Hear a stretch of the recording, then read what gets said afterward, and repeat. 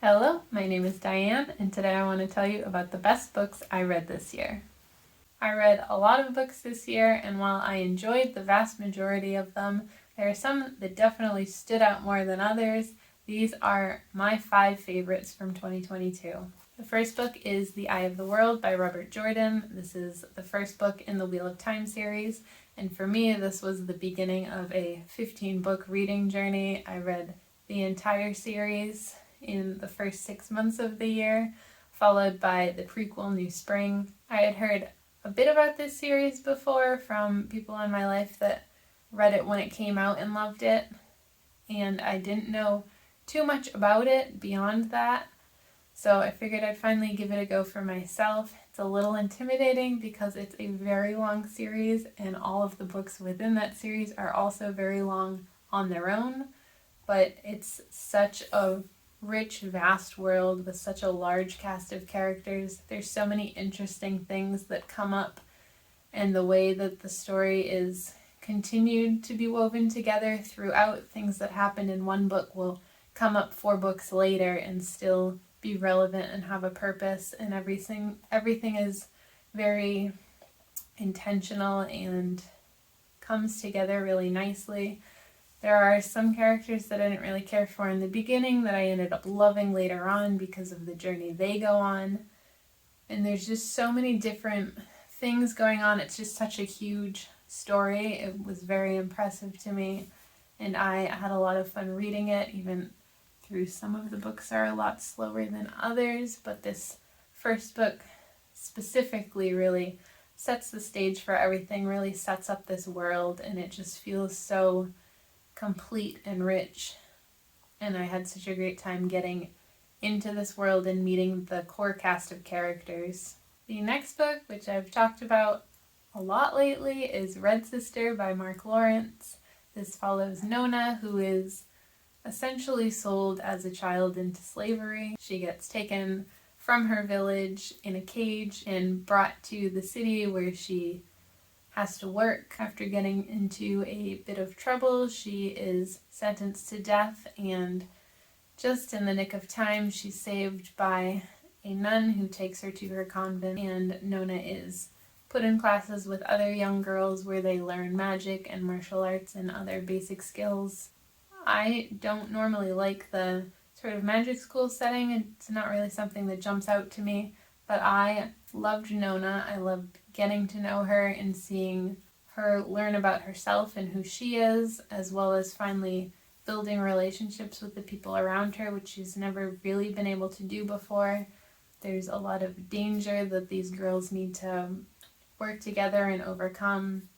You get to know them and also the nuns that are training them. And I just think it was so well written and such a compelling story. I really cared about the characters and what was happening. I would sit down and say, I'm just going to read one chapter, and then hours later I'd be like, okay, I need to stop. But I just wanted to keep going. I just never wanted to put it down once I finally sat down with it and got into it. It was just a very compelling story for me. Definitely looking forward to finishing this series and seeing what happens to Nona next. The next book is A Game of Thrones by George R.R. Martin, another long-standing, very popular story in the fantasy community. Another long series with very long individual books. I was really expecting this one to be overhyped. It just seems like too many people love it too much. But fortunately, I was wrong on that count. It was really good. I loved it. I was very engrossed in the story while I was reading it. I went through it very quickly. Didn't want to put it down whenever I picked it up.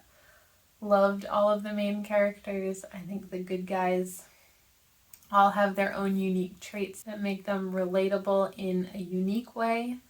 They all have very different characteristics, but they're all good for different reasons. And then the sort of villains in the story are very unlikable for also different reasons. And then there are some characters that fall somewhere in between where you're like, I don't really know if they're a good guy or have good intentions, but I like them.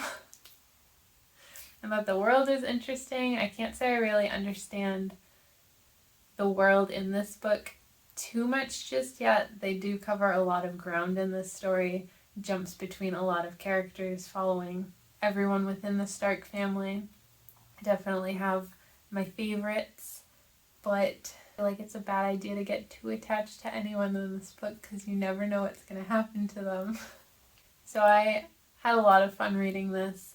Definitely loved the story and am looking forward to reading the sequel. I haven't read any of the following books in this series yet. They are very big, and I know the series isn't complete yet, which makes me feel like I can kind of take my time with it, because even if I rush through it and catch up, I still won't be at the end. But I am very eager to continue on with this because I do want to know what happens next. The next book is Minor Mage by T. Kingfisher. I read quite a few T. Kingfisher books this year. Minor Mage is the one that has stuck with me the most. It follows Oliver, who is a young boy living in this village. He is a mage who only knows 3 not very impressive spells, and his familiar is an armadillo. They're adorable, their relationship with each other is adorable, but unfortunately Oliver is currently on his own. His mother is away, and the village is fallen upon hard times, and they're really pressuring Oliver to go on a quest to solve their problems. So, not really having much other choice in what to do, Oliver sets out with just his armadillo on this dangerous journey to alleviate what's going on in the village.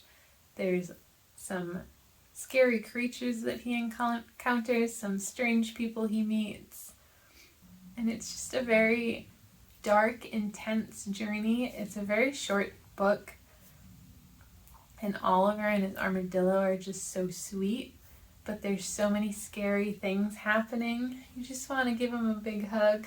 I loved the mom in this book is very briefly in the story, and I love her character. I loved Oliver. I love that they sort of touch on the situation Oliver's been put in, where he's just young and he's a minor mage. He doesn't have great power, and he's just been sent off with no help. Nobody wants to do anything. They just want him to fix it, but he's just this little kid. And I think it was a very engaging story. Fell somewhere where I felt like I kind of read like a middle grade, but then there were things happening that I was like, this is too scary for a middle grade. I don't know if kids could read this. But I really enjoyed it. I've enjoyed everything I've read by T. Kingfisher so far, but this is just the one that's really struck me the most. And the final book on this list is Jurassic Park by Michael Crichton. I have been anxiously anticipating this. Jurassic Park's my favorite film, so reading the book that it's based on was a little nerve-wracking that I wasn't going to love the original material as much as I loved the film, but I ended up loving it. I liked all of the differences that were between the two. I liked Michael Crichton's writing style. Well, he explains a lot of the science, and there are some bits that are just a few paragraphs of explaining science or the place or something about dinosaurs. I personally found it all very interesting. It didn't feel too long-winded, except maybe some of the chaos theory explanations. They go really in-depth, and it's all done in dialogue. Some of the dialogue did feel a little clunky. Sometimes it felt like they were responding to the narration rather than each other, which is a little strange, but it wasn't so much that I was like, this is bad. I enjoyed all of it. There's just a couple statements here and there that I was like, who are they even talking to? Also, the female characters, I will say, leave a lot to be desired in the book version. I'm really glad they changed them for the film adaptation, but beyond that, I don't think they were changed too dramatically, and a lot of the male characters for the most part are the same, and I do really like all of them. So I'm really glad I finally read this book. I really enjoyed it. I think even with some of the odd bits in the writing, I think it still read very well altogether, and it was a very compelling story. There's a lot of horror elements without it ever truly feeling like a horror. And of course there's plenty of dinosaurs, and I'm a big fan of those. So those are my 5 favorite books that I read this year. Let me know what your favorite book you read this year was, and I will see you next time. Bye!